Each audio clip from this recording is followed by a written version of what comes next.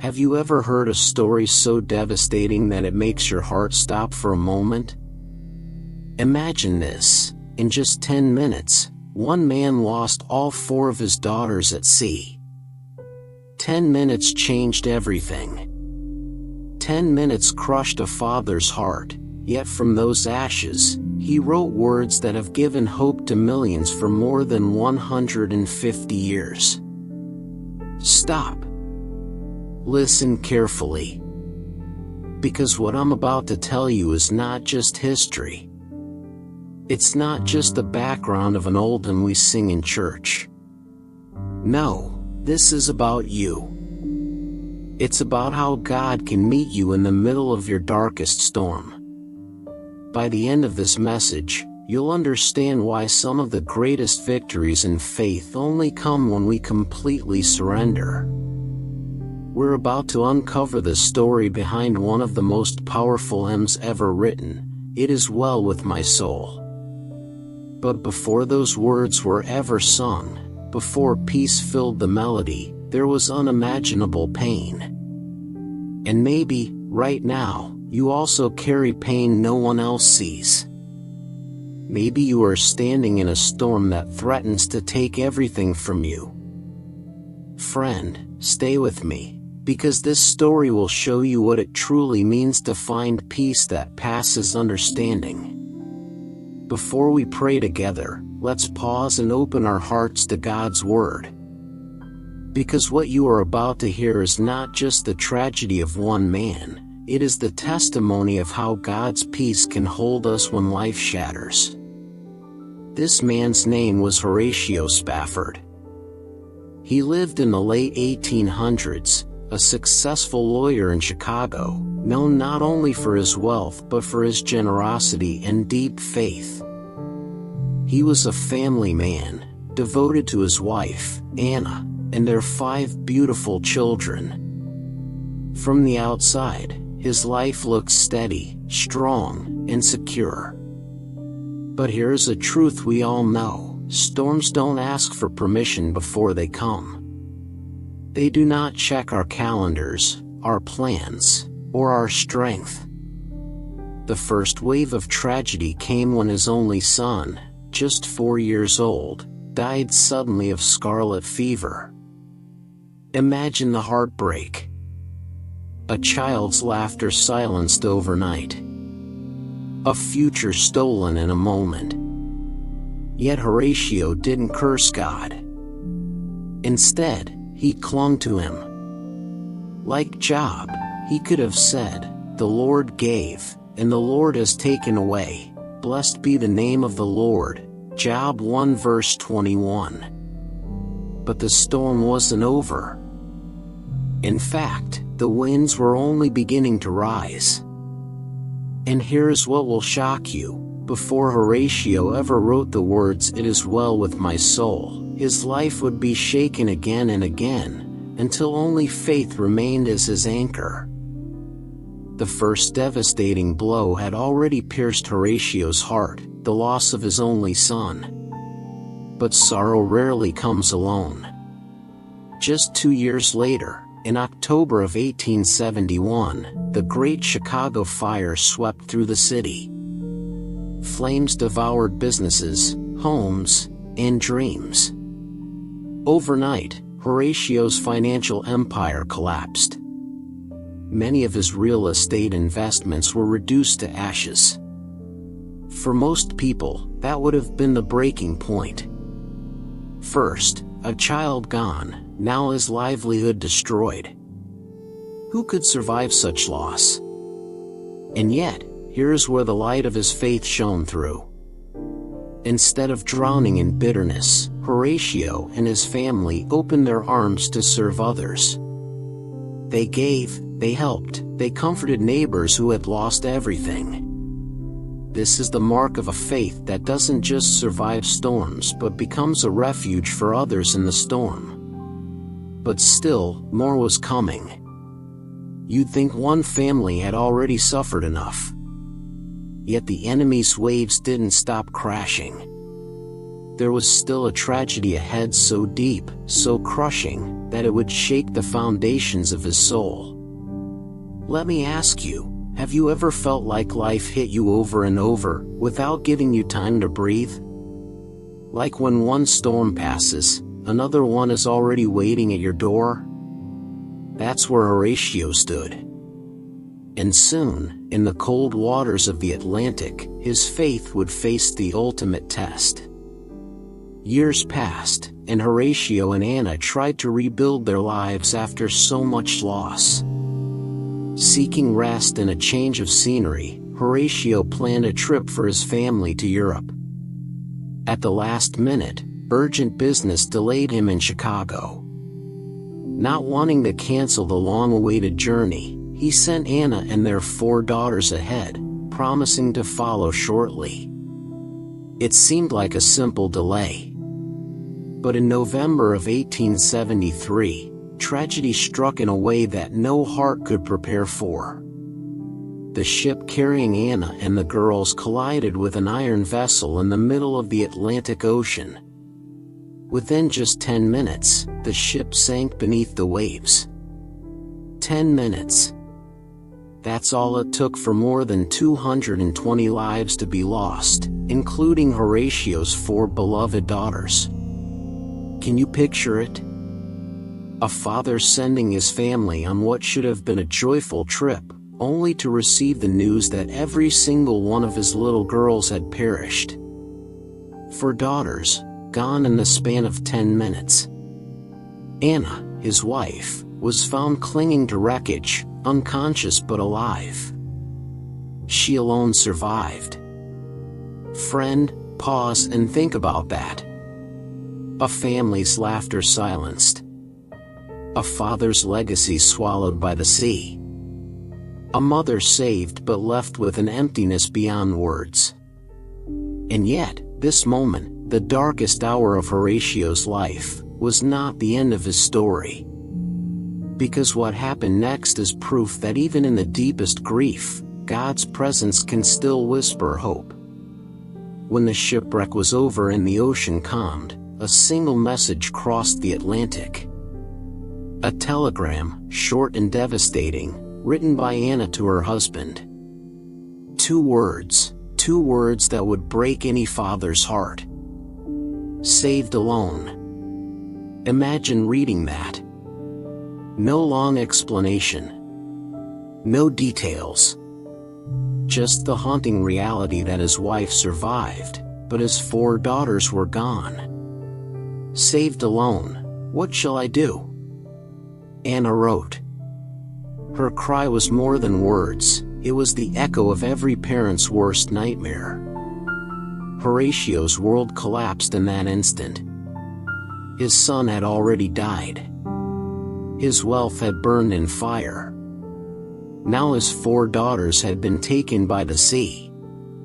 What else was left? Most hearts would have drowned in despair. Many would have turned bitter, angry, even rejecting faith in God.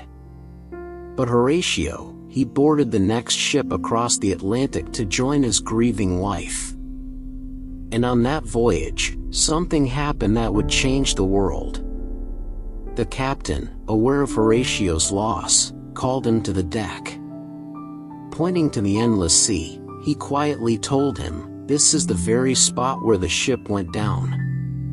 This is where your daughters now rest beneath the waves." Friend, can you imagine standing there? Looking into the ocean that swallowed your children?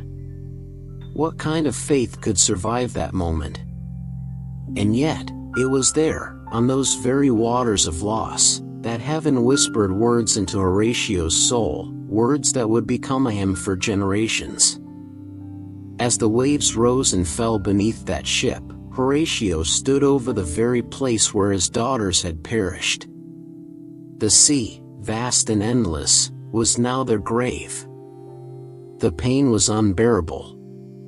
But it was there, in the middle of loss, in the middle of the ocean, that God met him.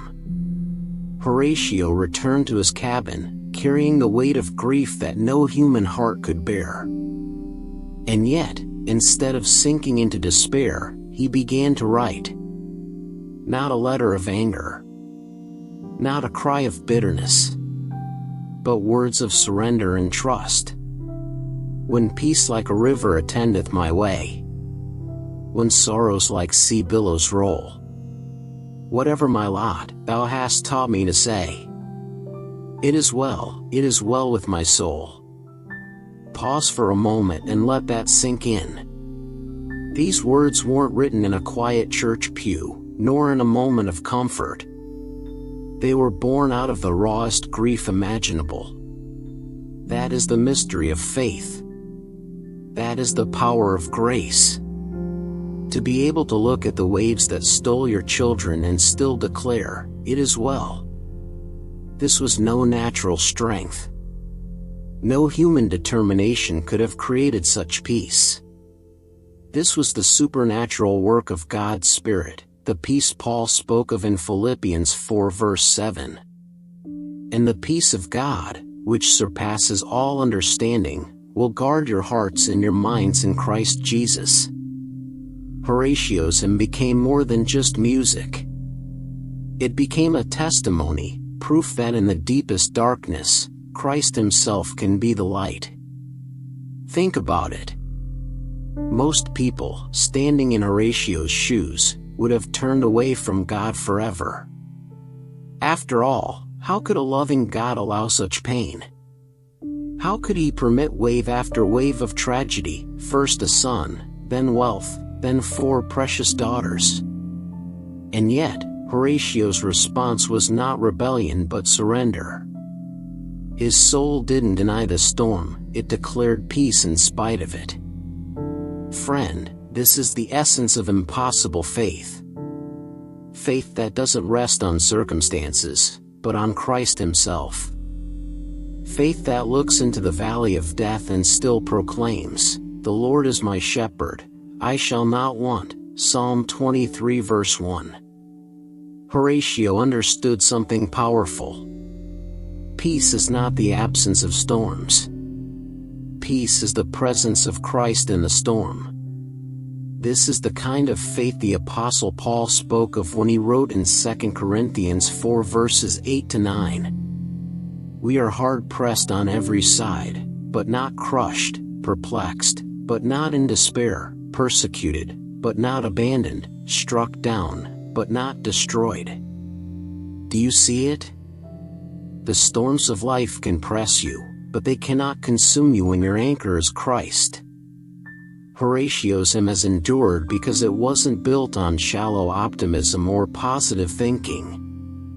It was forged in the fire of grief, on the waters of loss, under the weight of sorrow. And yet, his soul could still sing, it is well. That is not human strength. That is grace. Horatio's life did not end in that moment of grief. He and Anna carried their sorrow, but they also carried their faith. God gave them more children, though not without more trials. Later, they moved to Jerusalem, where they dedicated their lives to serving the poor, the sick, and the broken. Their faith was not a temporary comfort, it became the foundation of their entire existence. And from this story, there are 3 powerful truths we can hold on to today. 1. God's goodness is not dependent on our circumstances. Life rises and falls. Storms come and go. Blessings appear and sometimes disappear. But the character of God does not change. Jesus Christ is the same yesterday and today and forever, Hebrews 13 verse 8. 2. Peace is possible, even when the world says it's not. True peace doesn't come from perfect conditions. It's not about everything finally working out. It's about having Christ in the middle of the chaos. As Jesus himself promised in John 14 verse 27, "Peace I leave with you, my peace I give you. I do not give to you as the world gives. Do not let your hearts be troubled and do not be afraid." 3. your pain can become someone else's hope. Horatio's words, born out of tears, have brought comfort to millions for over a century. And in the same way, your testimony, even the parts you wish you could erase, may become the very thing God uses to bring healing to someone else. Friend, this is not just Horatio's story. It can be your story too. Friend, you may not have walked through the exact storm Horatio did, but perhaps you are facing one of your own. Maybe it's not a shipwreck in the Atlantic, but it feels just as crushing. Maybe you've lost someone you love. Maybe you are grieving dreams that never came to life. Maybe you are staring at broken pieces of a future you once planned. Whatever your storm looks like, the same God who met Horatio on those waters is the same God who is with you now. His peace is not gone. His grace has not expired. His presence has not left you. The truth is, sometimes we cannot change what happened. We cannot bring back what we've lost. But we can cling to the one who promises to never leave us or forsake us. Listen to this promise from Isaiah 43 verse 2. When you pass through the waters, I will be with you. And when you pass through the rivers, they will not sweep over you. You are not alone. You may feel surrounded by waves, but Christ is your anchor. And one day, like Horatio, you may find yourself able to declare, "It is well with my soul." Not because everything has been restored, but because Christ Himself is enough. So right now, let's turn to God together. Let's ask Him for the kind of faith that doesn't deny the storm, but declares peace in the middle of it. Let's pray. Lord Jesus, You are my King, my Savior, and my Redeemer. Your grace is sufficient for me, and Your strength is made perfect in my weakness. Even when life feels overwhelming, I declare by faith, it is well with my soul. Because of You, it is well in my home. Because of You, it is well in my heart, even when my emotions are unsettled. Because of You, I have peace, even when the world around me is in chaos. Father, You see my battles. You know the struggles hidden from everyone else's eyes. You understand the burdens that weigh me down at night. And yet, You promise to be my refuge and strength, an ever-present help in times of trouble. Psalm 46 verse 1. Lord, pour out Your supernatural peace over my life. When sickness rises, let Your healing come. When grief presses down, lift me up with Your hope. When fear whispers lies, silence it with Your truth. Thank You for carrying my burdens. Thank You for being the God who saves, who defends the helpless, who strengthens the weary. I cling to the hope of 2 Corinthians 4 verses 17 to 18, that the suffering of this present time is nothing compared to the eternal glory You are preparing for me. In the mighty name of Jesus, I pray. Amen. Friend, if this prayer touched your heart, type Amen in the comments as a declaration of faith. And if you need a special prayer, share it. We would be honored to pray for you. Remember, like Horatio, you can find peace in the storm. Not because the storm ends, but because Christ Himself is your anchor. May His peace guard your heart today.